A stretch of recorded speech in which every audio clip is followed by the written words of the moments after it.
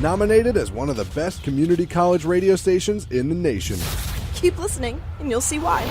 FM, HD, Amazon Echo, Google Home, the TuneIn Radio app, the iHeartRadio app, and nccradio.org. The voice of Nassau Community College. This is the award-winning 90.3 WHPC. WHPC HD, Garden City. on the air, everywhere.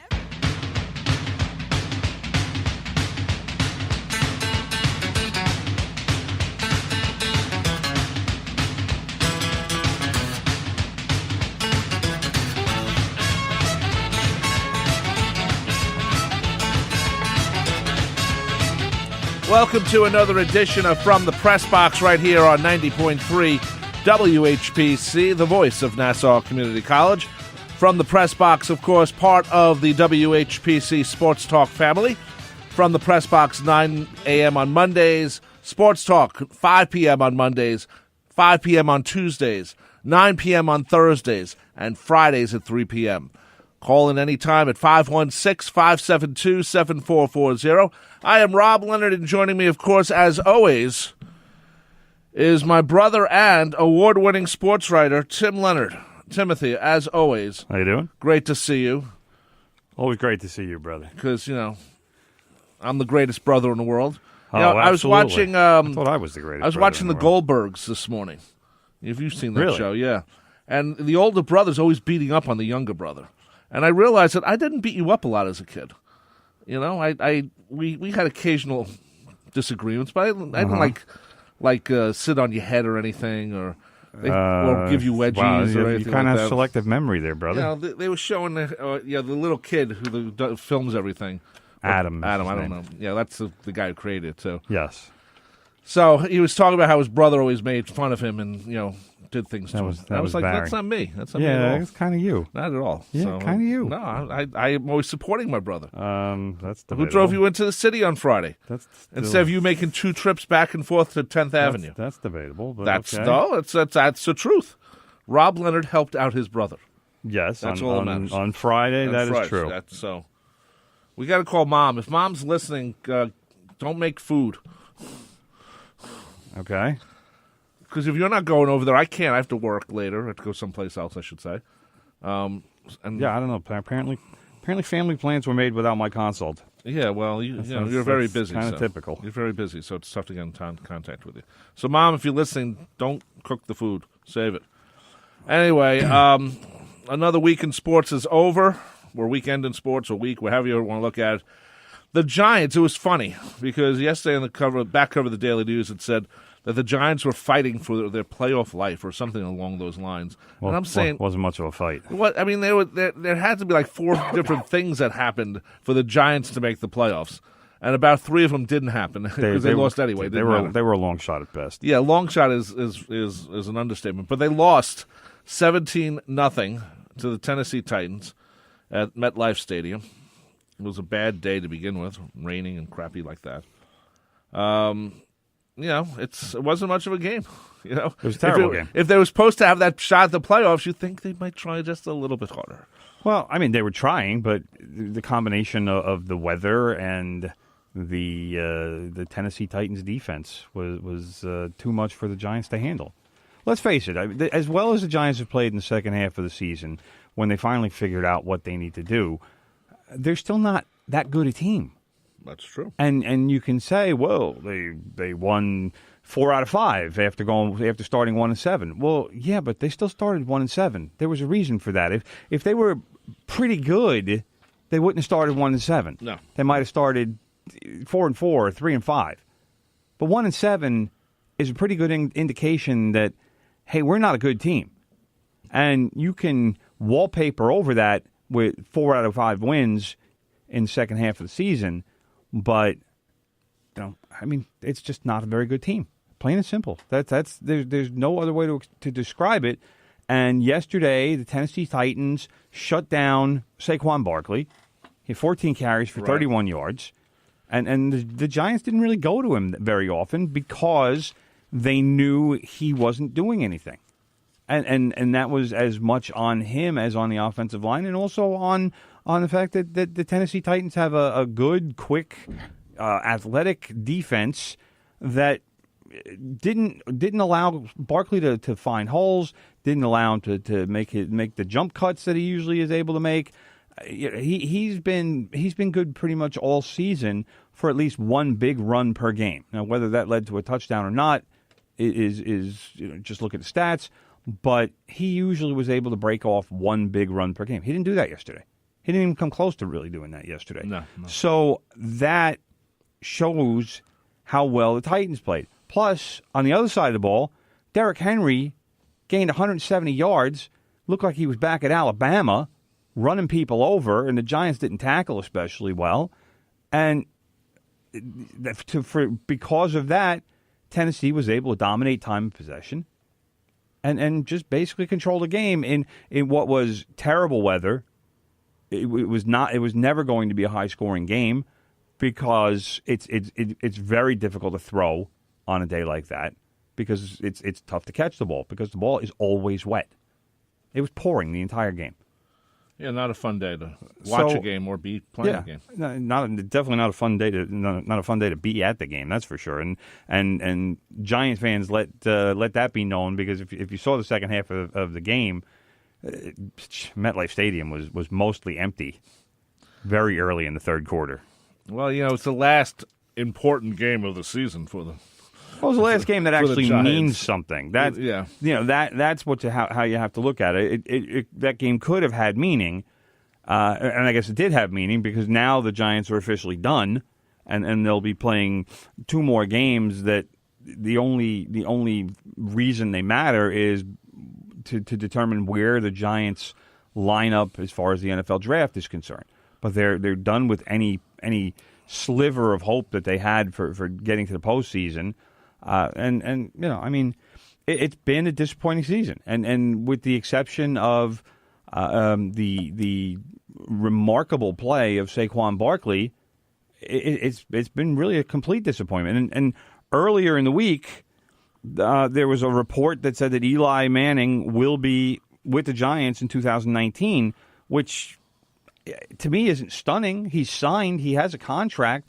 And who else is going to play quarterback? Even if the Giants draft a guy, which I anticipate they'll do, but even if they are able to draft somebody, chances are that guy isn't going to be able to come in and start right away. And even if that is the case, Darnold, did it. It's unusual. Well, I know that. And I know Baker Mayfield. He wasn't even supposed to start all as much as he has, but Tyrod Taylor wound up getting hurt. I'm trying to think of who else was the other quarterback that got drafted early. But the Jets basically force-fed Sam Darnold. And they said, look, yes, we don't anticipate doing anything this year, so let's put the rookie in. Let's get him as much time as we can and speed up his development because we don't think that we're going to be better than maybe 6-10 this year. And that's fine. That's definitely one way to do it. You take risks in that way, in that number one, Sam Darnold won't develop well. He'll lose confidence. But I really think with Darnold that the last few weeks that he missed, or a couple weeks ago with the foot injury, I think that's helped him. He's played two pretty good games since then, even though the Jets didn't win. Let's talk about Eli for a minute. Well, let's say you're Eli and next season. Let's be honest, it's probably not going to be as good as this season.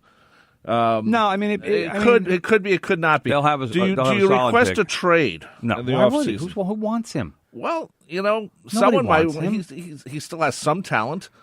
No, but nobody's going to pay what he would need to be paid. Ended up leaving. Peyton was still good. He had a neck injury. They weren't sure if he was going to be crippled. Well, you take that chance with a guy like Peyton Manning. So why wouldn't you take it with Eli, who maybe is just as good? Give me a team that's a quarterback away. I don't know. Well, that would be what you're looking for. New England. Tom Brady retires this year. Would the Jacksonville Jaguars, who desperately need a quarterback, if they can't trade up in the draft? But that's not who you go to if you're Eli Manning. You want to go to a team. No, you want to go to a team that might win something because Jacksonville's got a good enough defense. They're 4-10 this year. I know, but they have a good enough defense where if they added a quarterback and probably just a couple of players. You forget Jacksonville started season 3-1. People thought that they were going to do something, and then their offense is so bad that they can't win games. That's how bad their offense is. So they probably need a couple of players on offense, but they definitely need a quarterback. Blake Bortles is not the answer. So if they could bring in somebody like Eli, but what do you pay Eli? Or what do you pay for Eli, I should say? In turn, who's going to give up more than a 5th-round pick for him? I don't know. Nobody. Because he's already signed to the contract. He's already going to be making that kind of big money. So you're going to have to absorb that on your salary cap. And it's a short-term solution. It is, but it might be a short-term solution you need, if you want to turn it back quickly. I don't see many teams in a situation. Because either way, Eli's in a crappy position no matter what. Because next year is going to be just as good as this year, at least in my eyes. And I think you mean just as bad. Just as bad. Well, just as good. Well, either one, however you want to look at it. And I think, if it's his last season, do you want to go out on a crappy season like that? It's almost the eternal optimist. I know he is, So, but you know what? The Giants haven't been eternal optimists for Eli. So what? They haven't helped him out. They haven't been good to him. They haven't said, They've put let's... weapons all around him. He still has an offensive line he that's has a top as a shelf colander. He has a top shelf running back. He has an all-world receiver. And he has no guys in front blocking He has a him. solid tight end. Well, they figured out the offensive line has done a lot better since they decided to be a running team as opposed to a passing team. And why is the reason they can't be a passing team? A big reason for that is Eli. He's got no mobility at all. It's like a traffic cone back there. Anytime a rusher gets to him or gets near him, he falls down because he doesn't want to get buried. I understand self-preservation, and that's fine. But Eli is not making plays with his legs at all. And that's a problem for the Giants' offense because a quarterback who can move in the pocket or get away from pressure can extend a play and make something happen. Eli is incapable of doing that. Completely. Then you get rid of him. Well, but again, what do you get for him? To me, it's almost worth it to have him around for next season because if you do take a quarterback, then Eli can mentor the guy. He can do what Kurt Warner did when he came in, and that's start a few games and ride into the sunset, and then whoever is taking over, whether it's the Herbert kid from Oregon. There's some talk Haskins from Ohio State might wind up being a high pick. I've seen Will Greer from West Virginia slip now into the second. I saw a mock draft the other day. It was ridiculous, absolutely ridiculous. Justin Herbert from Oregon, who everybody's saying will be the number one pick if he comes out, if he decides to come out. The mock draft? I don't even remember where it was. But it had the guy who does the drafts every day. It had Justin Herbert now sliding down to number 9, which was laughable. But you also have to look at the other teams who are involved with the draft and who's going to have a high pick. Who has a high pick? San Francisco already has a quarterback. Oakland already has a quarterback. Arizona already has a quarterback. The Jets already have a quarterback. So it's going to turn into which one of those teams doesn't want to pick the player who would be the natural selection at that pick and say, all right, we'll trade down 5 spots or 10 spots or whatever it is so that another team can pick a quarterback. Okay, well. So that, it's going to depend. Like, Nick Bosa from Ohio State was the number 1 overall pick, and they had him going to San Francisco, but San Francisco won yesterday.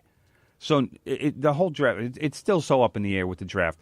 But one of those teams in the top 5 will say, all right, you know what? This guy it's not worth it for us to pick this guy here. Let's be the team that trades for a team that wants to trade up and get a quarterback. And the Giants might wind up having to give up, like the Jets did last year, have to give up some picks to move into the top 3 or 4. Like the Jets had to give up 3 second-rounders last year to the Colts to move up 3 spots, and then they wound up getting Darnold because of that. Right. But, I mean, it's all so far away, and we still have 2 weeks left in the season, and there's a lot of bad teams out there who inexplicably keep winning games. Like I said, the 49ers won yesterday. I think the Raiders check us. Did the Raiders win yesterday? I think the Raiders won yesterday. It's just unbelievable how many teams are hurting their draft status. Meanwhile, the Jets just keep losing, so they're doing the job. They're listening to Tim Leonard. As Exactly. Tim Leonard has said, lose, baby, lose. No, the Raiders lost yesterday. My mistake. The Raiders lost. Okay, Jets lost 29-22 to the Houston Texans. Not a surprise. Their Texans were 9-4. Texans had to come back. The Jets had to lead in the fourth quarter. Yeah, but the Texans are leading the what is it? The Texans just won 9 in a row. South NFC, Yeah. AFC South. So they're doing very well. As a matter of fact, they're Deshaun Watson, second-year quarterback. they're almost the best. Well, they're tied for one of the best records. Yeah. Darnold played very well, 24 for 38, two played- touchdowns. Played pretty well. Let's not say very well. He played pretty well. I don't know. Led him on a drive in the fourth quarter.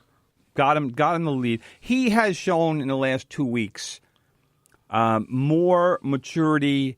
It looks like I said before, it looks like the sitting out for the couple of weeks with the foot injury. What, he missed 3 weeks? Yeah, It looks like 2 weeks, I think. that has allowed him or helped him slow the game down a little bit. It seems like since he's come back, he's not as hurried. He doesn't. It's like his internal clock has kind of said, "Oh, okay, this isn't so crazy."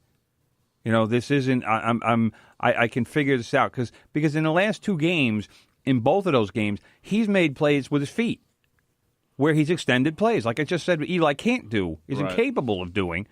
Darnold has been able to do that, and on both of those plays, the Jets have scored touchdowns. Okay. So, in fact, it was almost the same play. But that was the play that gave the Jets the lead before Deshaun Watson did what Deshaun Watson's been doing most of his life, which is lead a team to victory. That's what Deshaun Watson does. So, in terms of where Sam Darnold is, I feel a lot better about him in these last 2 weeks. I probably would have preferred him not get hurt and get through the season unscathed, but at the same time, it seems like all rookie quarterbacks benefit from a game or two of just watching. Well, I think also, you know what? You find out how someone recuperates in this situation. Because some people take longer than other people to recuperate. Well, quarterbacks get hurt. I mean, it happens. Right. That's part of it's part of the job. But you hope they don't. I mean, look at Eli. Eli basically has never been hurt. The guy just keeps playing. So as far as that goes, you hope to keep your quarterback healthy. Drew Brees is another guy. He doesn't get hurt. So guys like that, they're part of their value is in their durability and in their consistency in terms of they're going to play. So if Sam Darnold can be that guy, I mean, you look at Phil Simms early in his career, and the knock on Simms was, well, he's injury prone. Well, no, he's not injury prone. He just got hurt a few times. Right. When a quarterback throws the ball, he slams his hand on somebody's helmet. That's just dumb luck. Stuff like that happens in the NFL. Phil Simms did it and wound up breaking a finger. So, guys, that happens in the NFL to quarterbacks, and all they do is they grab their hand, ouch, they go to the sideline, and next set of downs, they're back in. Phil Simms did it and broke his hand. It happens. So, but after a couple of early injuries, Phil Simms became a very durable quarterback. He was always in there, and people forgot about the injury prone because he started staying healthy. Right. So, again, Sam Darnold, we still don't really know what happened to his foot or how it happened, but obviously there was an issue. He was in a walking boot. He needed 3 weeks to recover, and it seemed like last week that he hurt himself again, but then he came back into the game. So whatever it was, somebody put the Mr. Miyagi hands on him or whatever on the Jets sideline, and all of a sudden he was back to being on the field. So the other day when they played the Texans, seemed like he got through the game just fine. And like I said, the Jets played well. Their performances have become more encouraging.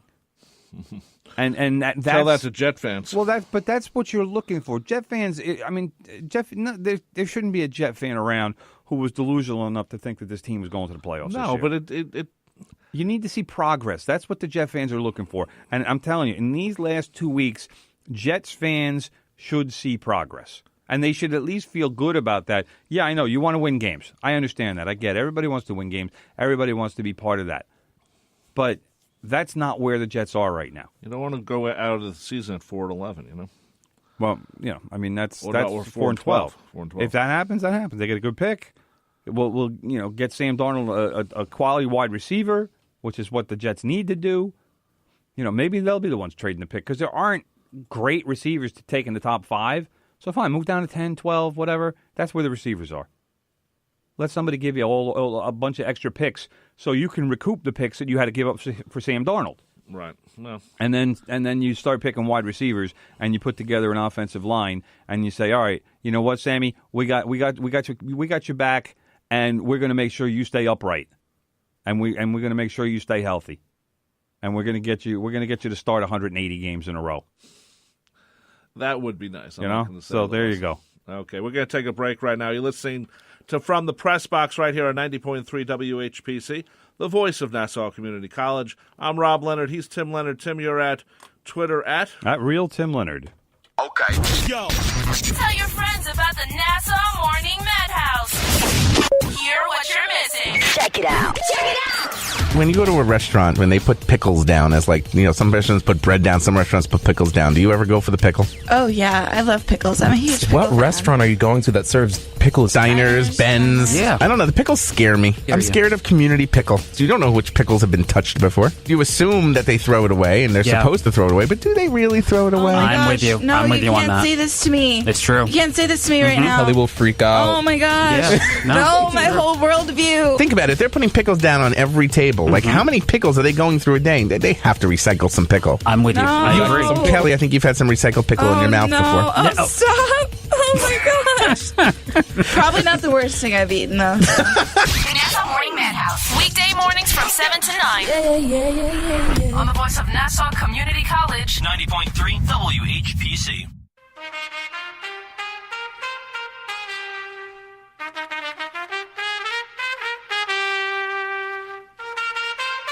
Hi, everyone. This is Bob Petrowski, better known in WHPC circles as New York Polka Bob. Maybe you're trying to get back to your roots, or maybe you're just tired of the same old top 40 songs. If you're looking for something new, something different, something to help you forget your troubles for a moment, then maybe the Polka Beat Ukrainian Melody Time is the place for you. Polka Bob every Monday night at 8 p.m., bringing you the best in polkas, Ukrainian melodies from yesterday and today. Maybe you'll hear something your grandma used to sing, or maybe you'll hear something that's a pop tune that's gone polka style. That's Polka Beat every Monday night at 8 p.m., the voice of Nassau Community College, 90.3 WHPC. Also available on the iHeartRadio app. I adopted Bento in 2010 from a shelter. A lot of people know him as Keyboard Cat. That's just one adoption story that started at a shelter. Visit theshelterpetproject.org to find a pet near you. Brought to you by Maddie's Fund, the Humane Society of the United States, and the Ad Council.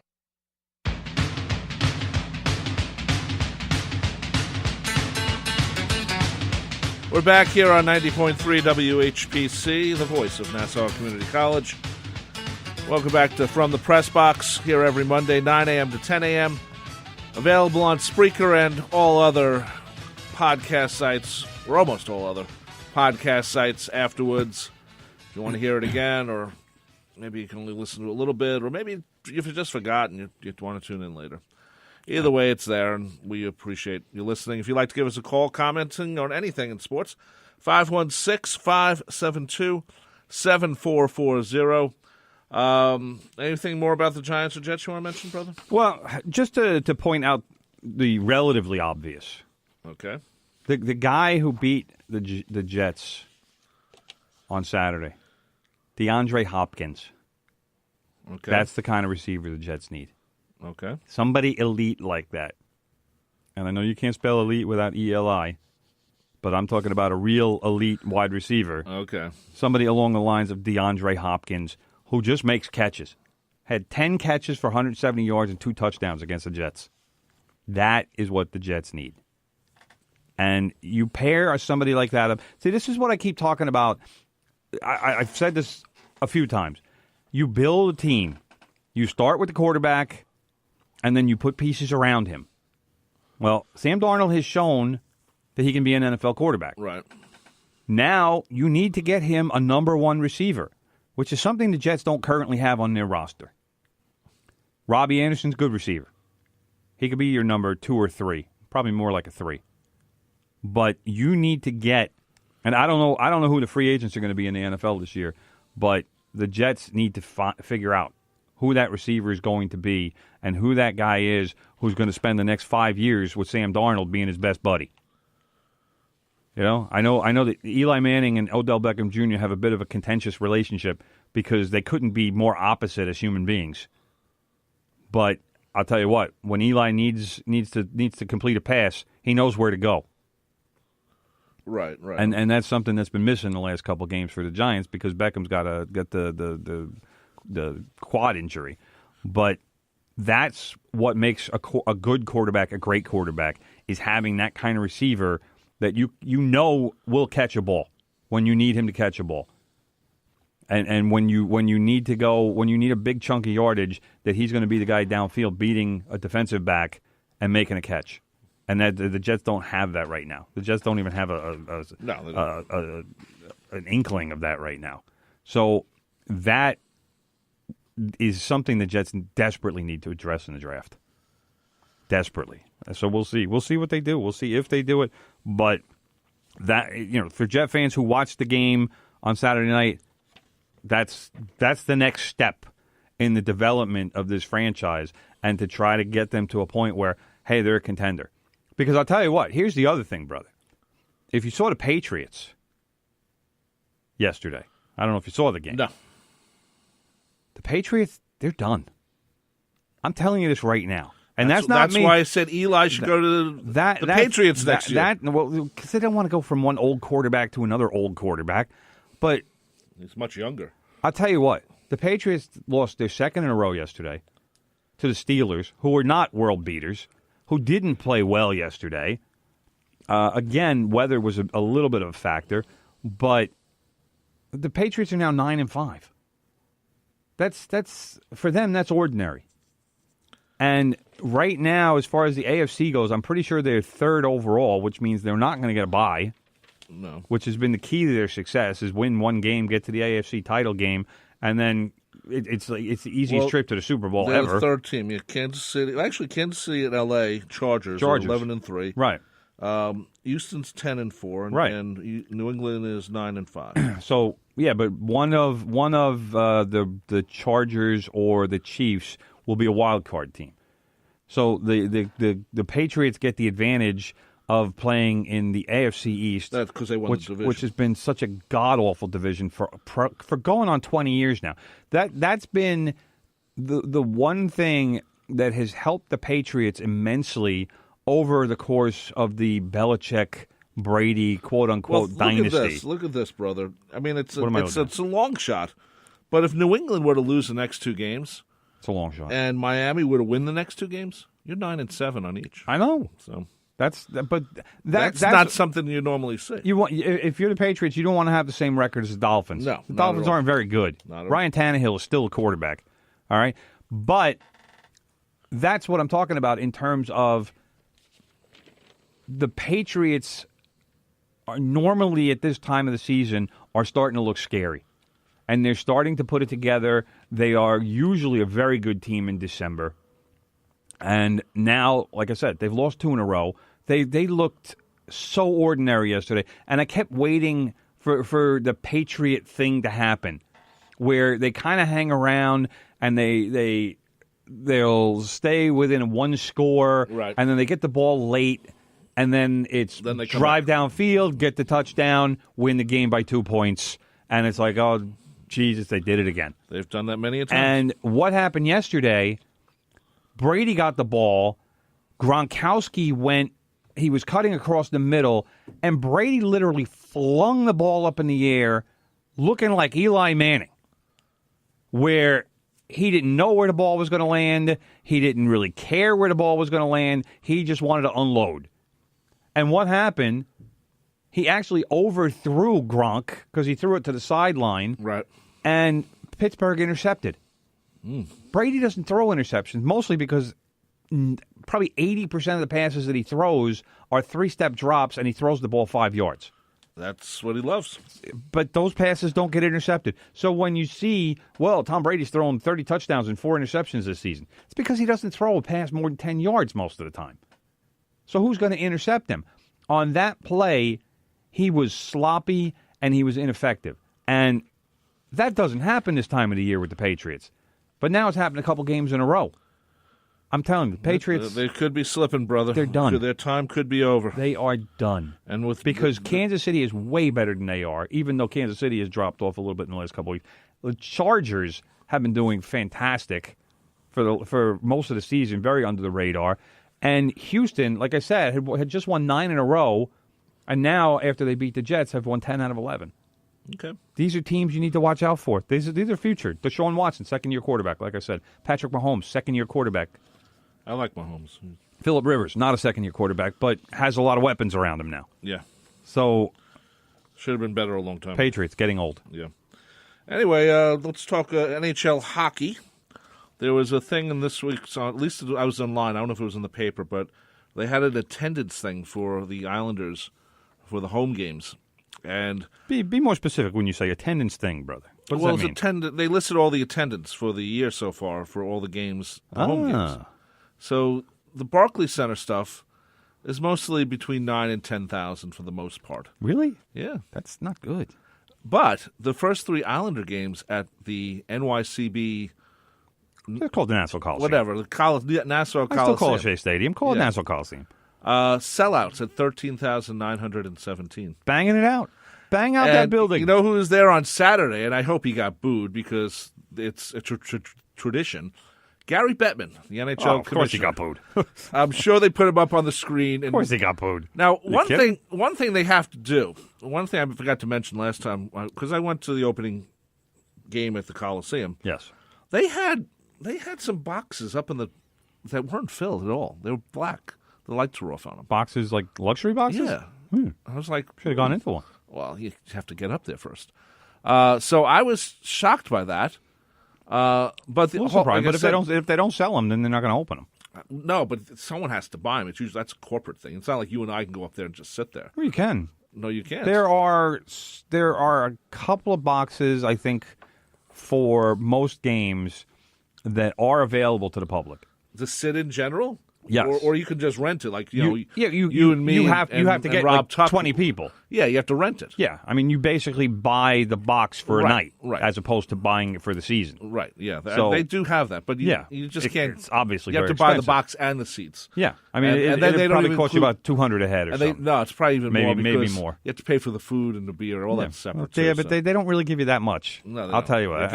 Chicken fingers. I've sat in one of those once. So I sat in a couple of them too over the years. It's chicken fingers and beer, and they don't give you that much beer, and there's the soft drinks obviously and whatnot, but it's a fairly limited menu. It's not caviar and lobster tails like everybody thinks it is. Everyone thinks it's basic fare. You know, it's funny because Timmy and I went to our cousin Billy's wedding.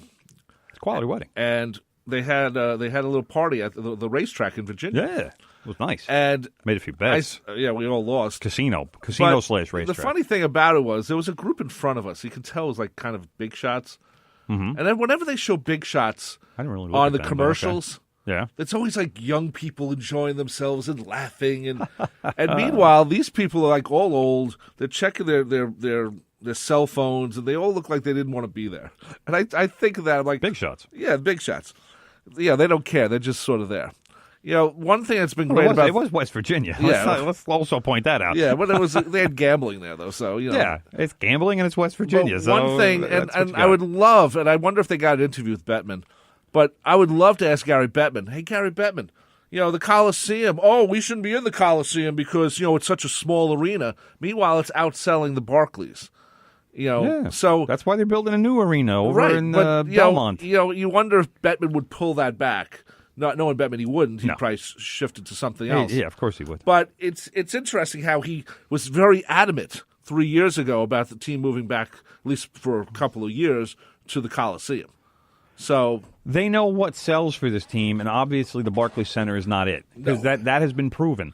At the time, Bettman wants the Barclays Center to work, So he's going to talk it up as much as possible and talk down the Coliseum because they want the nice, shiny new building to be the home for one of their franchises. Right. It's all to sell. I don't even know how much of it Bettman actually believed, but he has to say it. He can't say, well, the Islanders are moving into a subpar facility compared to their previous. Because let's face it, the Coliseum was a pretty crappy building at that point. It was. It needed, but they didn't do much to it. Like I said to you, they did not fix it the way I would expect it. I get it. You know, I get it, brother. They changed the seats. That's not a rebuild. Well, changing the seats is part of what you're supposed to do every 10 years or 5 years. Again, they can't. There's only so much they can do to improve that building that doesn't involve tearing it down. Right. Well, that's, the footprint is the footprint. Right. Well, we won't talk about why it's there. But anyway, in the Metropolitan Division, the toughest division in the NHL, toughest division in professional Washington's sports. 43 points. But then the rest of the division is within 9 points. Columbus has 37. Within 9? Yeah, within 9. Yeah, Columbus 37. The Capitals are on fire right now, by the way. They are. Pittsburgh's at 36. Islanders at 34. Carolina at 33. The Rangers are at 33. How about those Rangers? You got to say this was supposed to be rebuilding. Remember they said this was a rebuilding year. Didn't they just lose like 3 in a row? Yeah, but still. New Jersey's at 29 and Philadelphia's at 28. So I think it's that Philly mascot that scared everyone. Flyers are in last place. That's good. 28. That's never a bad thing. Never. It's never a bad thing to root against the Flyers. So anyway, the Islanders beat Detroit 4-3 on Saturday night with a shootout. Barzal got the shootout winner. Matthew Barzal love him. with a nice little tuck job. And but they lost to Vegas on Wednesday at the Barclays. That game, I watched that game. I did too. And it was ridiculous between the second and third periods that they couldn't. There was a bank of lights that would not light. Now the Barclays Center is a relatively new facility. Yeah, I know. Why are you having problems like this? And why couldn't they get it straightened out? It took something like 20 minutes extra to get this thing fixed. It was comical. Fans were holding up their cell phones with the flashlights on.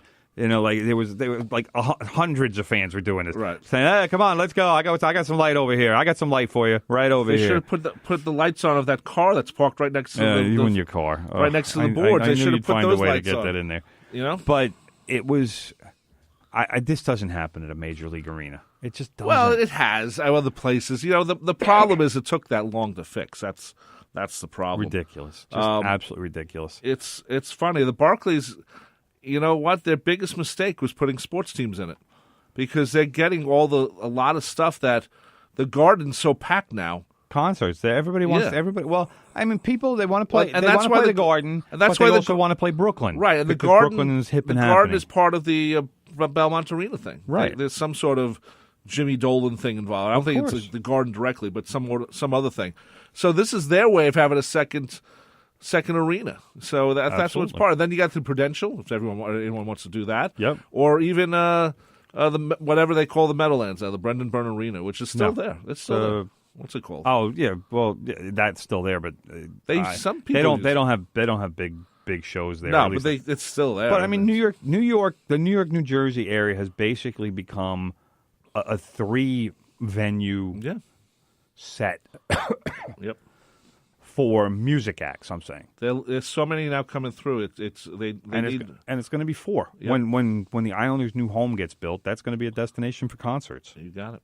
So but it's good the Islanders are sticking in. They're playing much better this year. I love them. It's just I thought after Tavares left there'd be more of a rebuilding, and they've all figured out what to do, which is so important. Well, I mean, right now, and Barry Trotz coming in as coach doesn't hurt. No, I mean that's been I think the reason why they've done as well as they have. I'm still a little concerned in terms of do they have enough talent to actually do something this year? I mean they've kind of leveled out at fourth place. They haven't been able to put a winning streak together except for the one early in the season. But since then it's been win one, lose one, win 2, lose 1. It's kind of creeping along. Yeah. And it's not going in either direction, which, I mean, it's great that they're not losing 4 in a row, let's say, because that would be catastrophic in this division. But at the same time, Washington has made this gargantuan move and really has taken over the division. And, I mean, they, like you said, they have 43 points. But Columbus has 37, and that's a gap. But I didn't expect Washington not to take over the division. They've been very good the last few weeks, like 3 weeks now. It's going. So I mean, I don't know what their exact numbers are, but it seems like they've won about 9 out of 10 or something. So they've put a great run together, and like I said, really taken the division over, and reestablished themselves after a little bit of a cup hangover to start the season. But I mean, with I don't know, they're at this point the class of this division, and it's going to be up to the Islanders to try to catch up with Columbus and Pittsburgh, and they're probably looking at second place at this point at the highest. I'd be very happy with that. We're going to take a break right now. You're listening to From the Press Box right here on 90.3 WHPC, the voice of Nassau Community College. Give us a call, 516-572-7440. Answer me. Who taught you to listen to Radio Rumble at 12 p.m. on Saturday afternoons? You, all right? I learned it by watching you. I'd buy that for $1. The Radio Rumble has it all. Humanity will suffer with me. Movie reviews. No kind of Sandys, you're wrong. Sports talk. Hi, sports fans. I'm Doug Prish-Preed. Awesome music. Excellent! So listen, Saturday afternoons at 12 p.m. for The Radio Rumble on the voice of Nassau Community College, 90.3 WHPC. I learned it by watching you. Shake off the realities of the day, broaden your musical horizons, and embrace the diversity every Monday afternoon at 6 on Revelations. The show offers a potently unique collection of music with an emphasis on themes and rock rarities, an occasional tour de force of blues and soul, mixed with compelling sets of folk and folk rock. I'm Steve Kay, and I've got the perfect soundtrack for your drive home every Monday afternoon at 6 on Revelations, right here on the voice of Nassau Community College, 90.3 WHPC. All hit music. For all those songs radio has forgotten about. Join me, Big Ed, Mondays from 10 a.m. till noon for The Good Gold Show. We'll bring back all the great hits of the 50s, 60s, 70s, and more. The sounds of doo-wop to disco, all the Motown, soul, and great rock and roll. We'll even take your requests and dedications to The Good Gold Show. Music. On the voice of Nassau Community College, 90.3 WHPC, and streaming on the iHeartRadio app.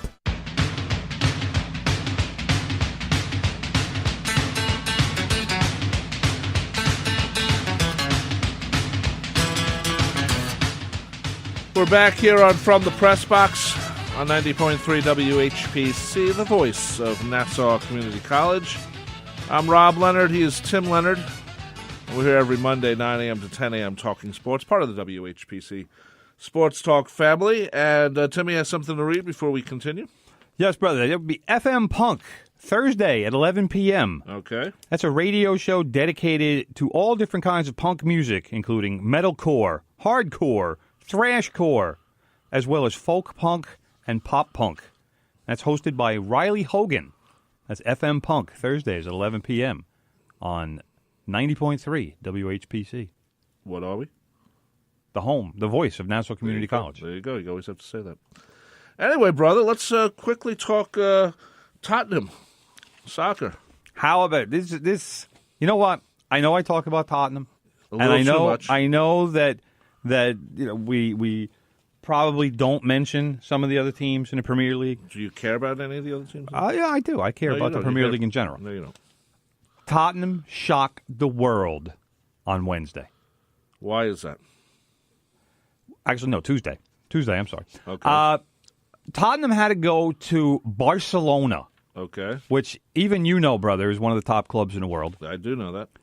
And we needed a result. And yes, I'm saying we, because Steve Nash did the commentary on the game, which was phenomenal. Okay. Because it's so rare that you have a commentator who is going through exactly the same anguish as I was going through. Steve Nash is a lifelong Spurs supporter. Okay. And he was doing the commentary on TNT. And he had the same grunts as I was having when Tottenham missed and when they came close to scoring.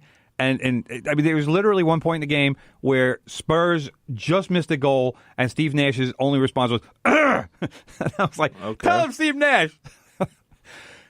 But Tottenham had to get a result. They needed basically to do what Inter Milan did. And Inter Milan was playing PSV Eindhoven, which was last in the group. This is the play-in to get to the round of 16. Playing Barcelona. Okay. So you're expecting a loss playing at Camp Nou, which is Barcelona's home stadium. Okay. You're expecting a loss. Tottenham gets a goal in the 85th minute from my man Lucas Moura and comes away with the 1-1 draw. 2 minutes after Spurs' final score happens, the final from Inter Milan, which they were playing at home, Inter Milan 1, PSV Eindhoven 1. Tie game, Spurs advance. Now, the reason this was so shocking and we shocked the world, after 3 matches, you play 6 matches in a group. After 3 matches, Tottenham had 1 point. They had lost 2. They had tied 1. Okay. People dismissed them. Spurs are done. They're not going to do anything. They've totally screwed up this great Champions League opportunity. And what happened? Win, draw with one of the best clubs in the world. Thank you very much. Round of 16, here we come, baby. Incredible. Massive. Incredible. As the Brits would say. As my man David Johnson would say. Okay. Massive. Anyway, let's talk about the Mets. They actually signed someone this week. Today. Well, yesterday. Well, yes. They've reached an agreement. And obviously this was a big need for the Mets. Catcher. So the JT Real Muto dalliance, let's call it, is over. Because the Mets have reached an agreement with catcher Wilson Ramos, who was a noted Met killer during his time with the Washington Nationals. But he has agreed on a 2-year contract that will pay him $19 million with a club option for a 3rd season. The reporting that was done says Ramos will get $8.25 million this year, $9.25 million next year, and for 2021, he will either get paid $10 million or there is a $1.5 million buyout. So, pending a physical, which he's expected to pass, even though Ramos is a guy, he's had 2 ACLs. He had one about a year and a half ago, and last year he finally got back to kind of being the Wilson Ramos that we all know. But he had a couple years there with some pretty serious injuries. Otherwise, he more than likely, he's only 31. He probably would have gotten a 4-year deal. But he's regarded as a very solid hitter. He'll be in the 260 range or so. Probably hit somewhere around 15 to 18 home runs. Give the Mets a little bit of pop behind the plate. Regarded as a good pitch framer, although he slipped in that category last season, but that has been a strength of his in the past. And his nickname is the Buffalo, which is actually a good thing. Why, like swings? No. Well, although with his build, you probably would assume that. But he is a guy who he'll call out teammates. Not in the media, I mean like in the clubhouse. He'll be that kind of guy who brings some intensity to the Mets. And I think that's a guy that they need because the Mets don't have that. And when you're looking at a team next year that's going to have both Yoenis Cespedes and Robinson Cano in the starting lineup at some point when Cespedes gets back from his heel surgeries, I think that's a guy, and especially him being a Latin guy, probably won't hurt either. Yeah, but to give those guys a kick in the butt. Is Robinson Cano going to listen to anyone at this point? Yes. No. Well, he's 36. He's had a pretty decent career. I don't know if he's going to make the Hall of Fame. No. Not after the PED suspension. But very unlikely. But is he going to listen to someone yelling at him? I got news for you. Fights happen in clubhouses. I'm not saying that there won't be a fight. I'm saying he's going to listen. If it comes down to a fight, yeah, he'll start listening, because Wilson Ramos would throw Robinson Cano up against the wall. Cano's not a big guy. He's not nearly as big as Wilson Ramos. And if Wilson Ramos gets in I'll tell you what. That's what Jorge Posada brought to the Yankees. Posada was a very intense guy. And he didn't I'll tell you a story. When Nick Swisher came to the Yankees, there was a game. I think I don't know if it was Swisher's first year or second year, but there was a game where Swisher wound up pitching because the Yankees lost. I think it was to Cleveland, something like 21-2. And Swisher was having a good old time out on the mound, laughing up a storm. Oh, isn't this great? Hey, look at me. I get to pitch. Isn't this phenomenal?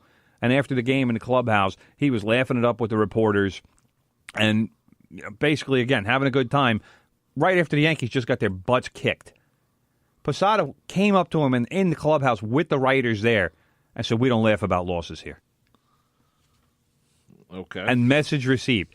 He also got into it more than once. And when I say got into it, I mean in a physical way with El Duque. The two of them were very much like brothers. They loved each other, but they also fought. And when I say fought, I mean, yeah, they threw punches at each other. Wow, I've never thrown a punch at you. You know, there were a couple times where the two of them were rolling around on a couch or rolling around on the floor because they disagreed with something and it boiled over. So, and I'm not saying that Wilson Ramos needs to go around and beat up his teammates, but at the same time, the Mets have a bit of a casual attitude. There's a little bit casual there. That's my man Troy Benjamin. He says casual Glaber when he talks about Glaber Torres. The Mets is a casual Yoenis and a casual Cano. Well, one thing also about the Mets right now we should say is they haven't traded Syndergaard, which is the way it should be. Let's not trade him. And probably won't get traded. So that's a good thing Familia. for the Mets. Familia has signed. By the way, Mr. G is watching. Hey, Mr. G. Earlier in the week, the Mets signed reliever Jeurys Familia, a familiar name to Mets fans. He is going to be your eighth inning guy now. So Met fans will have a couple fewer heart attacks with Familia back. But see now, I saw, I forget who it was who posted this on Facebook, but it was a sentiment of, well, I wouldn't mind having Familia in the ninth inning. That's not baseball today. Baseball today, if you want to be a legitimate contender, you pretty much have to build what is now being called a super bullpen. And the Yankees did it last year. The Yankees basically had six closers last year. But this goes against what I talk about, is why pitchers can't go more than 6 innings. Well, ask Jacob deGrom that. Ask Noah Syndergaard that. I'm sure they would like. Ask Noah Syndergaard and Steven Matz that. I'm sure Jacob deGrom would have liked to go past 6 innings. He might have won some more games. Probably not. Yes, he would have. The Mets didn't score for him. Didn't matter. He's not going to win games when you don't score any runs. They lost when the relief pitchers were giving up runs. Exactly. So if he was pitching, they wouldn't give up runs. Now the Mets have an 8th inning guy. They have a 9th inning guy. They need a 7th inning guy. Yeah, let him go 7. And they need a left-hander. Let him go 7. Could Andrew Miller be coming to the Mets, brother? I don't know. I wouldn't. I'm not sure. He's an intriguing prospect for them. I don't know, because they need a left-hander. Desperately need a left-hander. They don't have a quality left-hander. I don't know who the lefty in the bullpen is. So they need a 7th inning guy. Andrew Miller, I think should be the guy that Brody Van Wagenen goes after, even though he had a lot of injuries last year and really didn't do much for Cleveland. But I think that the Mets need to take that chance and really try to sell Andrew Miller on coming back to New York. Okay, we'll see because about that. They like I said, need a lefty. Okay, before we get into the Yankees, we have about 5 minutes left. Yes. We should mention that the New York Daily News yesterday reported that the Red Sox have a $12 million fine, or whatever the fee is, for the going over the salary cap. So for those, that's all. Yeah. So their salary was like $250 million this year. I read it as $12 million, unless something else I was missing. I don't know. I don't know. Anyway, will the Yankees get Manny Machado? I don't think they are. I think they're just going to talk to him just because they have coming in on Wednesday. Yeah, I know. But would you sign him? This is what's going to happen.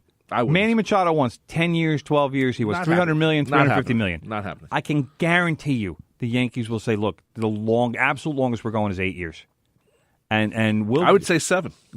They might, but they'll say we'll go 8, and maybe we'll think about 250 in that range. Okay. But 12 for 350? No, not happening. And if you can get that somewhere else, then go ahead and enjoy it. But the Yankees with I think with Machado, I don't think they're in on Harper at all. But with Machado, I think it's going to be more like we're willing to do this, but it's got to be as much on our terms as it is on yours. We're willing to pay the $30 million a year or whatever it's going to take, or 32 or whatever, but we're not going crazy length on this contract. We're not going to pay you until you're 38 or 39. That's not happening. I don't blame them. And if somebody else wants to do it, and we talked about this last week when we were talking about the Yankees are very rarely the team that establishes that kind of market with those crazy contracts. Yes, do they have Stanton's contract on the books now? Yes. Did they pick up A-Rod's contract after he signed it? Yes. But they're not the ones signing those contracts and making those crazy 10-year agreements and 12-year agreements. But they wind up taking on those contracts when the teams that made those mistakes wind up wanting to get rid of them, and then the Yankees get those guys on the cheap because the teams that signed them have to pay big chunks of those salaries. But the Yankees will meet with Manny Machado on Wednesday. We'll see where those talks go. I know Hal Steinbrenner obviously has said in the past he wants to talk to Machado about the Johnny Hustle comments that he made, and obviously they want to talk to him also about stepping on Milwaukee Brewer first baseman Jesus Aguilar during the playoffs, which was a dirty play, and he was universally panned about doing that. So we'll see how it goes. Obviously nothing's going to happen quickly, but at least Machado is now doing meetings, and it seems like there's going to be some movement in his situation. So again, I don't anticipate anything happening quickly, but these are the first steps. Anyway. I think it's just a photo op. I don't think they're going to do anything with Manny. Do you really need him? That's the question. I mean, they don't need him, but if they do decide to sign him, it allows them to do one of two things with Miguel Andujar, and that is either move him to first base and kind of mitigate his defensive shortcomings. And again, I think way too much is being made out of Andujar and his defense. He's a kid. He's 24 years old. He's just played his first season of Major League Baseball, and people are talking about his defense like he's a 10-year veteran and it's never going to change. So many players in the major leagues, their rookie season, they weren't very good defensively. Right. That's a lot of guys.